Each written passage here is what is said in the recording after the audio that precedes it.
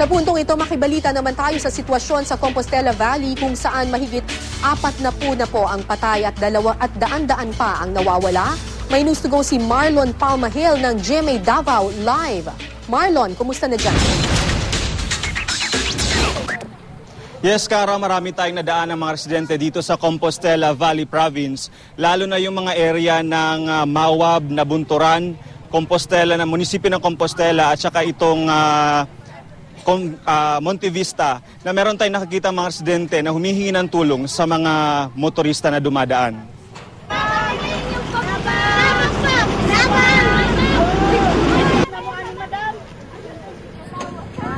Ate kayo ha? Yes, salamat!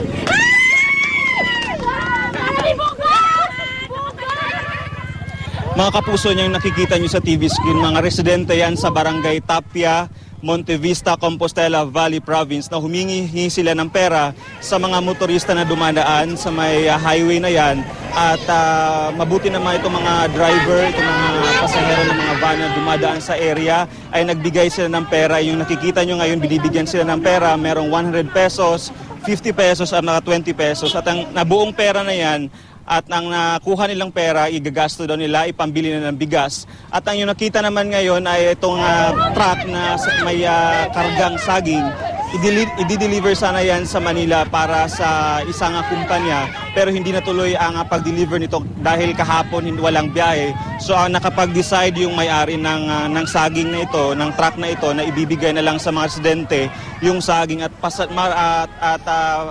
nagpapasalamat itong mga residente na nabigyan sila ng saging kasi ng araw, kagabi pa hanggang ngayon wala silang kain. At may iba naman yung mga kalalakihan o grupo ng mga kalalakihan sa area, kinukuha nila yung mga buko para rin ibibenta nila at yung makuha na pera pambili nila ng bigas at iba pang pangangailangan sa kanilang pang-araw-araw. Maraming lumalapit sa atin mga residente na humingi sa GMA News ng tulong sapagkat ngayon sa mga oras na ito wala pang umabot na parating na tulong galing sa iba't ibang grupo o kahit man lang sa lokal na pamahalaan dito sa Compostela Valley Province. Pero sa nakarating na balita, meron na pong meeting galing sa mga officials from the local government of Compostela na nakaprepare na itong mga tulong na ibigay. Yung nakita naman ninyo mga daan yan dyan sa my area, sa galing tayo ng Davao City papunta dito sa Compostela, na grabe talaga yung damage dala ng Bagyong Pablo.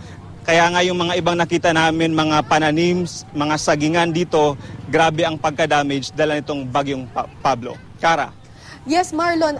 So ano sinabi sa inyo ng lokal na pamahalaan? Kailan daw darating yung mga relief goods para sa mga residenteng ito?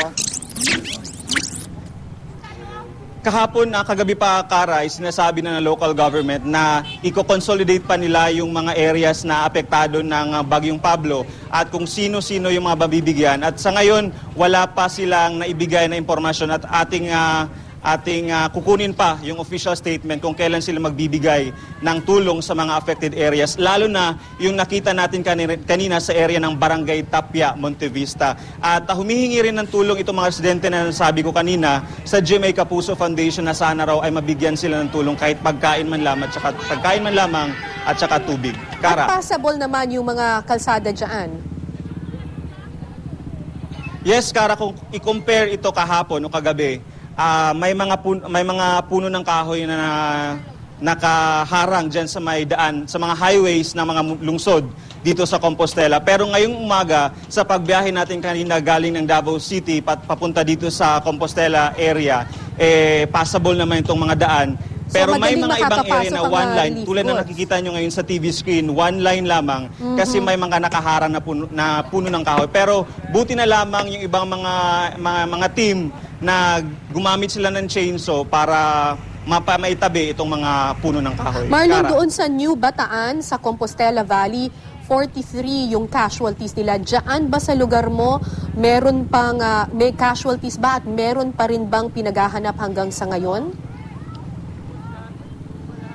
So far sa ating nakikita kanina, Cara, dito lang tayo dumaan mismo sa mga highway. wala pang nakikitang mga casualties. Pero kagabi, dun sa may area ng Moncayo, hindi pa to confirm, pero meron tayong nabalitaan na may 8 namatay dahil sa grabing dahil nga sa itong bagyong Pablo. So, pero dito sa ating area ngayon, dito sa may Compostela area, sa may poblasyon mismo, wala pa tayong narinig na mga balita na may casualty o namatay dulot ng bagyong Pablo. Maraming salamat sa iyo, Marlon Palmahel ng GMA Davao.